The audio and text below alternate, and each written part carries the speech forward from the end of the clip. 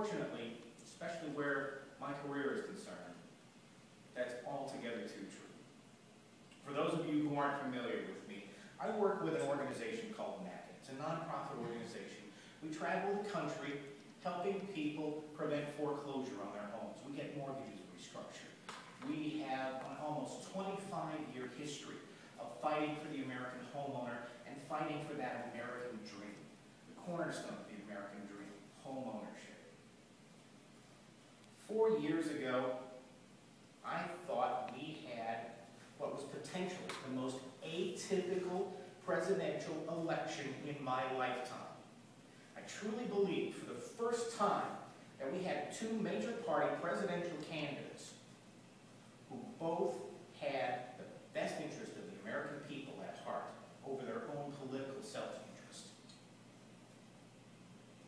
I have to say, especially where what I do for a living is concerned, how it turned out has been incredibly disappointing. And my greatest fear is that no matter who wins in November, things aren't going to change for the better. We work with the banks directly on getting mortgages modified, on stopping foreclosure. And of course that means we're deeply involved with the various government programs to help prevent foreclosure, to help get mortgages modified, working with Fannie Mae, Freddie Mac, FHA, VA, USDA, all of those organizations to try and get mortgages restructured. And the government, during the current administration, has come out with a plethora of programs to try and help the American homeowner, or at least so they've said. Those programs have all been dismal failures. I'll give you a little background.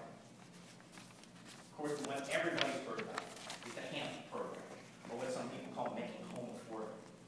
It's a program that is designed to set up a certain restructuring of the mortgage to meet a certain amount of the income, and it's designed in a way that is supposed to save everybody's home.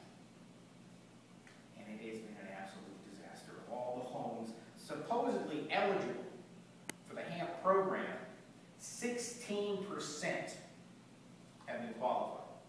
16% of the eligible mortgages have been given HAMP modifications by the various lenders out there. That's not only bad enough, but the fact of the matter is half of those modifications fail. They get canceled by the lender at some point. So that means the true success rate of the HAMP program is only 8%. Only 1 out of 12 eligible homes has even been considered or has been successful at all in this program.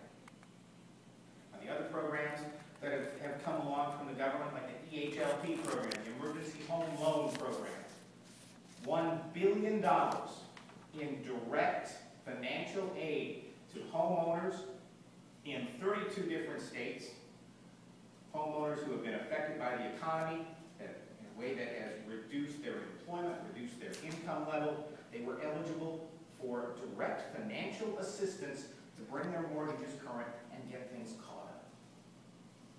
Well, thanks to a lot of bureaucratic wrangling, the eligibility period, the application period, I should say, for the EHLP program was delayed by 6 months.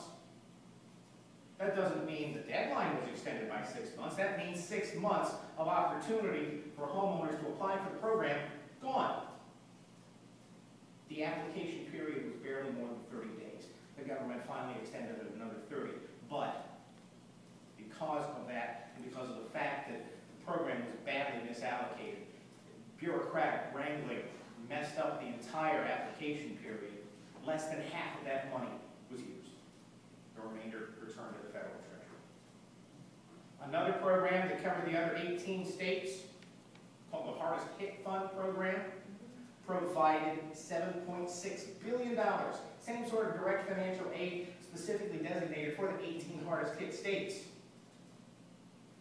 Out of that $7.6 billion, less than 3% of it was actually been used. And that program is over a year old. Fortunately, in California, which actually at one point had the worst rate, 2%, less than 2%, their program called the Keep Your Home California program has stepped up. They have really started to lead the way. They've now used at least 10% of that funding. So the current administration is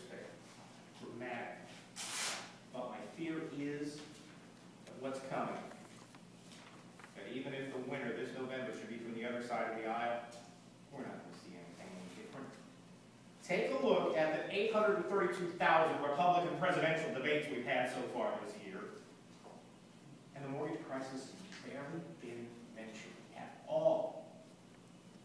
And yet, this was the cause, the housing collapse was the cause of the current recession, the greatest economic downturn since the Great Depression.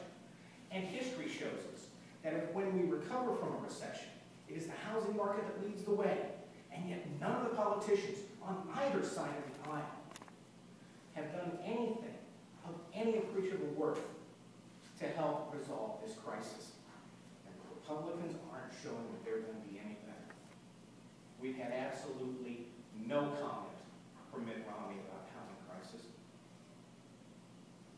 Neither from Santorum. Ron Paul hasn't addressed it. He would rather go free market and see the entire economy collapse first.